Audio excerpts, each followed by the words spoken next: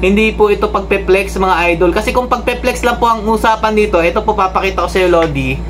Nauna po ako sa kanila. 4 years ago, ginagawa ko na po ito. Tingnan nyo po, mabuti ha. Pero ngayon mga Lodi, pasensya na po. Hindi nyo na po makikitaan ng about po sa politics. Sobrang gulo po talaga ng politika. Ayoko na po maging toxic po yung aking page.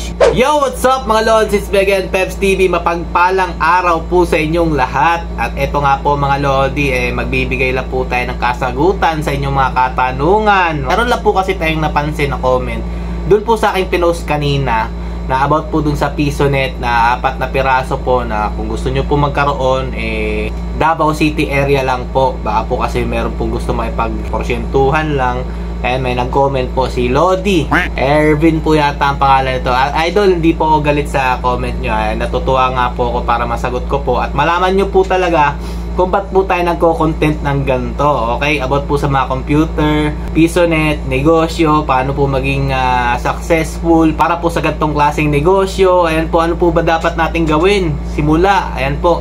Sabi po kasi niya mga idol, curious lang daw po siya. Nakakabonggahan o pa-flex ba kayo ng pinupunan mong streamer? Alam niyo na po yun kung sino yun mga Lodi, yung nagpo-promote po ng online casino. Okay naman po kasi yung kanyang content. Talaga naman po nakaka-inspired. Kaya ako po siya pinuna. Alam niyo naman po, nung mga nakaraang taon hanggang ngayon nga po mga Lodi, ayaw na ayaw po natin sa mga influencers, content creator na nagpo-promote po ng online casino.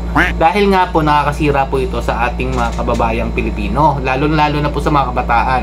Hindi po pabonggahan ang ginagawa namin, idol. Kumbaga, binabalik nga namin yung sigla po na negosyong ito, PisoNet, computer shop. At ako naman po agree po sa kanyang ginagawa. Yun nga lang po, meron po talagang downside yung kanyang pagpo-promote po ng online casino. Dahil halos kasabayan ko po ito si Mr. Yalo sa streaming. Pero mas pinalad lang po sila nung time na ako nagko-content lang po about po sa Rules of Survival. Nakakalaban po namin yan. Sila Warrior, sila Gabriel, Jason. Kung di nyo po alam mga Lodi, yan po talaga ang aking mga Lodi nung time po ng pag-i-stream sa Rules of Survival. So ito idol, sasagutin ko yung hindi po pabonggahan to.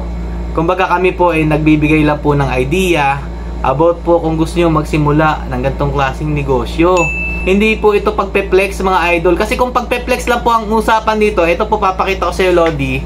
Nauna po ako sa kanila. 4 years ago, ginagawa ko na po ito. Tingnan nyo po, mabuti ha. Nasa YouTube ko po ito, dinilit ko lang po yung tutorial kasi marami pong nagagalit. Nagtuturo po tayo ng libre ng distless mga idol. Ayan po, kung makikita nyo dito, meron po tayong 22k views 4 years ago mga idol. Okay? Hindi naman po sa pinagmamayabang natin, mas nauna po ako sa kanila. Yung PisoNet ko rin po mga Lodi, 8 years na po yan, magna 9 years na nga po yan. Si Yalo po idol, kakasimula niya lang po. Kumbaga kung experience lang pag-uusapan dito, sa tingin ko mas lamang po ako sa kanya. Dahil marunong po ako mag-distless. Gumawa na rin po ako niyan ng piso wifi na hindi lang po talaga applicable dito sa aming lugar mga Lodi. Puro po lahat ng mga bahay dito, meron na pong wifi bendo. Kaya ang ginawa ko mga Lodi, alam niyo yung voucher? Yan po yung ginawa ko dito. Voucher lang po, wala po akong hulog-hulog. Kumbaga code lang po para po makakonect yung mga kapitbahay ko sa aking internet. Okay? Mas mabusisi po yung voucher lang kasi code po talaga yun. Mano-mano po yun. At shoutout po pala kay Idol Boss Nash na siya po tumutulong sa akin kapag may mga katanungan po tayo about po sa mga ganyang klaseng piso wifi bendo, ganyan, at saka sa distless. Siya po nagturo sa akin yan. Hindi ko naman po pinagkakaila yun.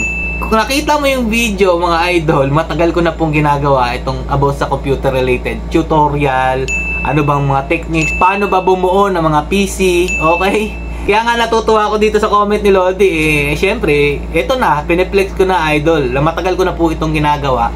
Ngayon ko lang po ginawa ito sa aking Facebook page dahil po umiiwas na po ako sa mga toxic na mga kaganapan. Kagaya po nito. Alam nyo naman po, nasa politics po tayo nagko-content. Pagpupuna po sa mga content creators, vloggers o influencers na nagpo-promote po ng online casino na hindi naman po dapat talaga nila ginagawa dahil kumikita naman po sila sa kanilang platform. Yan po ang ating content dati. Pero ngayon mga Lodi, pasensya na po. Hindi nyo na po makikitaan ng about po sa politics. Sobrang gulo po talaga ng politika. Ayoko na po maging toxic po yung aking page. Gusto ko na po magsimula ulit na magbibigay po sa inyo ng mga kaalaman about po sa computer related questions. Okay po? Ulitin ko, Lodi, maraming salamat dito sa katanungan mo ito. Wala po tayong negatibong intensyon. Sinagot ko lang po ang inyong katanungan. Okay? Para malaman lang po ng karamihan na hindi ko po ito ngayon lang ginagawa. 4 years ago, meron na po tayong content, and 8 years, magna 9 years na po itong negosyo kong Pisonet at Computer Shop. Okay po? Stay safe mga Lods, and God bless you all. Peace lang po tayo. Bawal na po toxic ngayon 2024. Salamat po.